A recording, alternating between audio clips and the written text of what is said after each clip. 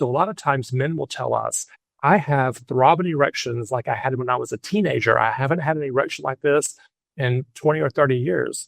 What did you do? You fixed my erectile dysfunction. And I said, we didn't really change any physiology in your body. We just pre-filled your penis. And so your body doesn't have to do as much work to get there.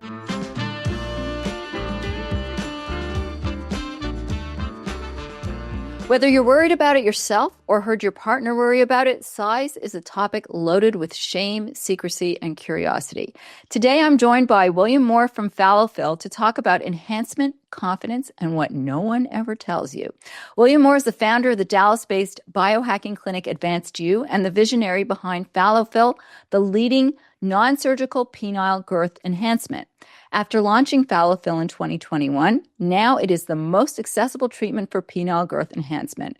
Moore is the president of the Texas Med Spa Association, advocating for LGBTQ+ rights and healthcare equality. With an MBA and an MS in health and human performance, William draws on 2 decades of experience to guide patients to optimal health, enhanced appearance, and heightened self-esteem. Welcome, William. Hi, thank you. Thank you so much for having me today. So let's get right into it. In your experience, does size really matter? And what are we referring to when we talk about size? Well, absolutely, size does matter. And we can talk about the idea that it's the motion of the ocean versus the size of the ship. But it absolutely does matter.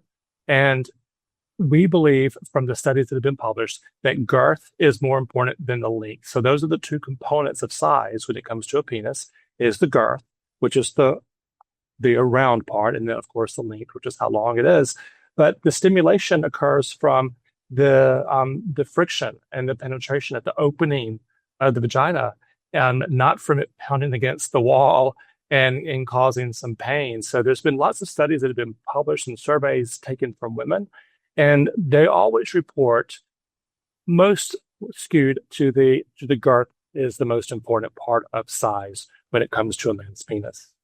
I definitely agree. I'm a girth girl. Like for me, if it's too long, I have an IUD, they hit my cervix, and it's really actually quite uncomfortable, at least from penile vaginal entry. I don't know sex. I don't know about oral sex. I might have a different opinion, but how common is it for men to be seriously feeling insecure about it? We know that about 52% of men would like to change the size of their penis if there was a safe alternative to what they have. Now, we believe that there's more because people may not really want to answer that question truthfully. Even if it's an anonymous survey, people still sometimes men have a really hard time opening up even to themselves because they feel like it devalues their masculinity and their virility and it makes them less of a man, but it absolutely does not. And there's nothing wrong with men seeking out answers to these questions about if there is a safe alternative to their size, if you can safely increase the size of their girth. It's interesting because for women, we've been, boobs have always been a thing that women have no problem talking about the fact that they've had enhancement. And it's been something that personally, I'm perfectly comfortable with my boobs, but some women feel that like breast enhancement is what's going to make them feel more womanly, and it's a common thing. And yet for men, doing something about the size of their penis, which I've never seen like it be such an issue, but it seems to be something that is just not in the general conversation. I feel like women can have the conversation about breast augmentation, who their surgeon is, what they've heard about this surgeon, at the dining room table in front of their entire family, but yet men can't sometimes even open up to their spouses about this because it's so taboo currently. It's getting better, but it's so taboo for men to be able to talk about wanting to increase the size of their penis because, again, it makes them feel like they're a bit less of a man.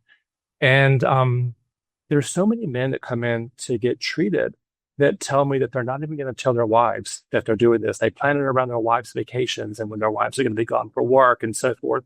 And I don't think that you actually have to, share every part of yourself with your partner necessarily. I think that that's, personal choice of what type of relationship that you have. But at least men are now finding a comfortable space to be able to open up about this. And PhalloFILL just had a full feature documentary filmed about the procedure and about the creation of PhalloFILL. It's going to be released in 2026. And we're really hoping that when this gets on a streaming platform, that it's going to break down some of those walls and it's going to allow men to know that it's okay for them to ask questions and maybe even to talk to their friends about it and ask, have you experienced or have you explored the possibility of girth enhancement? Yeah, for part of my sexual health ed certification, there was a video of it was like a two-part documentary of a young, I believe he was a British man that had a very, very small penis and sort of his journey to come to terms with his small penis. And they showed him going to see a porn movie being filmed, and then in the end, he ends up getting a cast of it to sort of honor his penis. But let's get to the actual PhalloFill, because I know women and even men to some extent are sort of comfortable getting needles in their face now and procedures that are painful. But guys, it's like, don't touch my penis. Like, I want it to be bigger, but like, tell us about this actual, what's happening here when a guy gets PhalloFill. It's so much easier than what they think it's going to be. Guys come in and I treat between 6 and 7 patients a day, every day, unless I'm on a holiday, which is now. This is the 4th of July. I'm away, but generally every working day I see 6 to 7 patients, and they come in. There's a lot of anxiety about the fact that they know that they're about to have a lot of needles put in their penis, and it's actually sometimes more than what they're expecting. And so I have my tray covered with some cloths so that they can't see what's there before they so they run away. Yeah, I have had in the very beginning when I didn't do that, I did have people look at it and say, "Oh my God, I can't do this," and leave. So I haven't had that happen since I began to cover it. So I talked to them and I said, "Listen, when you get finished, you're going to tell me that this was so much easier than you thought, and you're going to wonder why you had yourself so upset about it. And when you come in for your second treatment, you're going to have no anxiety whatsoever." And then I also tell them, whenever I finish, I'm going to ask you on a scale of 1 to 10, 1 being the most, the easiest procedure you can imagine, and 10 being the most difficult or the most painful procedure. And most likely, you're going to give me a 2. Rarely have I had a 3. Sometimes I get a 1. I had a 0 last week. It is really a very comfortable procedure to have done. It's very fast. I do it in probably less than 15 or 20 minutes. The time, I schedule everyone for an hour, but we talk a lot. There's some photography, there's some cleansing, there's some post-care that's applied at the end, but the actual procedure is about 15 to 20 minutes long. It's really easy. We talk the entire time, so they're comfortable. So is it fillers like one would get in their face, only you're putting it in the penis? It's the same thing. And so how long do they last? Because fillers in the face sort of fall out after some period of time or dissolve or whatever. Yeah, so we're using hyaluronic acid dermal filler, which is the best filler to be used in the body. It's natural. Our bodies are essentially, I tell people, a pool of hyaluronic acid. We have it in our skin. It's in our tendons. It's in every part of our body. Women use it men and women use it for hydration and their cosmetic products. So we're using hyaluronic acid dermal filler, just like the ones that you thought of, maybe Juvederm or Restylane. We're using one that's called Revanesse Versa. And we chose that one because it has the best safety profile of all of the hyaluronic acid dermal fillers on the market in the US. And there's safety data with the FDA that shows that. And that's the reason that we selected that one. It has about the same longevity as all of the other ones, which is generally about 1 year in the face. However, in the penis, we inject it into PhalloFill. Not all the other providers and all the other techniques, but the PhalloFill protocol is that we inject it between 2 layers of fascia, and these 2 layers of fascia doesn't have any blood flow and doesn't have any lymphatic drainage, so it's a lot more difficult to metabolize the dermal filler when it's placed between these particular layers. Another thing about placing the dermal filler between these particular layers is that it keeps the penis very rigid when it's erect.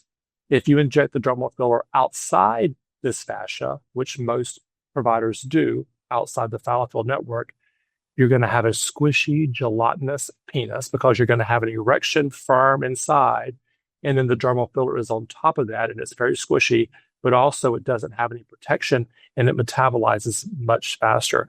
We tell people to expect 3 to 4 years If they do nothing, it should be gone within 3 to 4 years. But our recommendation is to do one procedure every 12 months, and you will maintain or slightly grow every year. What happens when you get the injections? Is there a downtime? Can I go right out and start banging, or what's the Yeah, the process? you can't bang. You can't bang for 10 days. Self-pleasuring in sex has to be avoided for the first 10 days. And that's to let the dermal filler adhere and encapsulate so that it doesn't migrate and become lumpy bumpy in the penis. But as far as your daily activities, people come in on their lunch hour, they go right back to work. You don't have to have anyone drive you. You can go to the gym the same day. So there's no restrictions on lifting weights or anything like that. I do ask them to avoid cardio activity for about 7 days because I don't want the lymphatic system and everything to I don't want a lot of movement happening. And I find that there's more movement happening when somebody goes out and runs for 3 or 4 miles. So I ask them to avoid that for 7 days. And there's no swimming pools, lakes, rivers, saunas for 3 days. And those are the rules right there. It's pretty simple. There's not much that you have to leave off. So does this eliminate the need for Cialis or Viagra? No, it does not. I will say, though, that most men who have PhalloFill report to us that they have better erections. And there's a couple of reasons that this can happen. One is they could have performance anxiety because they're insecure about the size of their penis. And then all of a sudden, when they've lost that insecurity and their confidence builds, the sexual performance improves. Another reason is that when we put the dermal filler into the penis, specifically how we do it with PhalloFill, and we put it behind those layers of fascia, we are essentially refilling the penis with a gel. So the body doesn't have to move as much blood in to the corpora to be able to create a rock hard, firm erection. So a lot of times men will tell us, I have throbbing erections like I had when I was a teenager. I haven't had an erection like this in 20 or 30 years. What did you do? You've fixed my erectile dysfunction. And I said, we didn't really change any physiology in your body. We just pre-filled your penis. And so your body doesn't have to do as much work to get there. Another thing that our urologists have a theory is that as men get older, we have something called venous leakage. And that's the valves don't always close properly. And so you can get blood into the penis, but it doesn't necessarily stay there because the valves leak. And so the pressure of the dermal filler against these valves might possibly be helping a bit of erectile dysfunction. We don't claim that we treat erectile dysfunction by any means, but we have definitely seen a lot of men report that they have better erections. But they will still need to take their daily medications if that's what they need to have sex. So don't throw out your Viagra just yet. Are there any Not risks? yet. What are there any risks? So I have performed 6,000 procedures at my clinic in Dallas. Of those 6,000, I've had one confirmed infection. And it was someone who actually had anal sex the next day after his procedure. And it was his third treatment. He knew that he wasn't supposed to do it. Situation occurred. The vest got to him and he did it. And he got an infection about the size of a pimple in one injection site on his penis. And we cleared it with an oral antibiotic in 5 days. And that was it. We had one more person who suspected that he might have an infection, but he didn't live in Dallas. We sent him to like a doc in the box. They weren't sure that he had an infection because there were no visible signs of it. He just thought that he felt something, which was probably more like soft tissue injury. And they called him in an antibiotic, and whatever it was went away. So one confirmed, one possible. We've never had erectile dysfunction reported. We've never had loss of sensitivity reported. As a matter of fact, most men gain sensitivity and their erections are better. Excuse me, their orgasms are better because when a nerve is put on a stretch, it feels better and it has more sensation.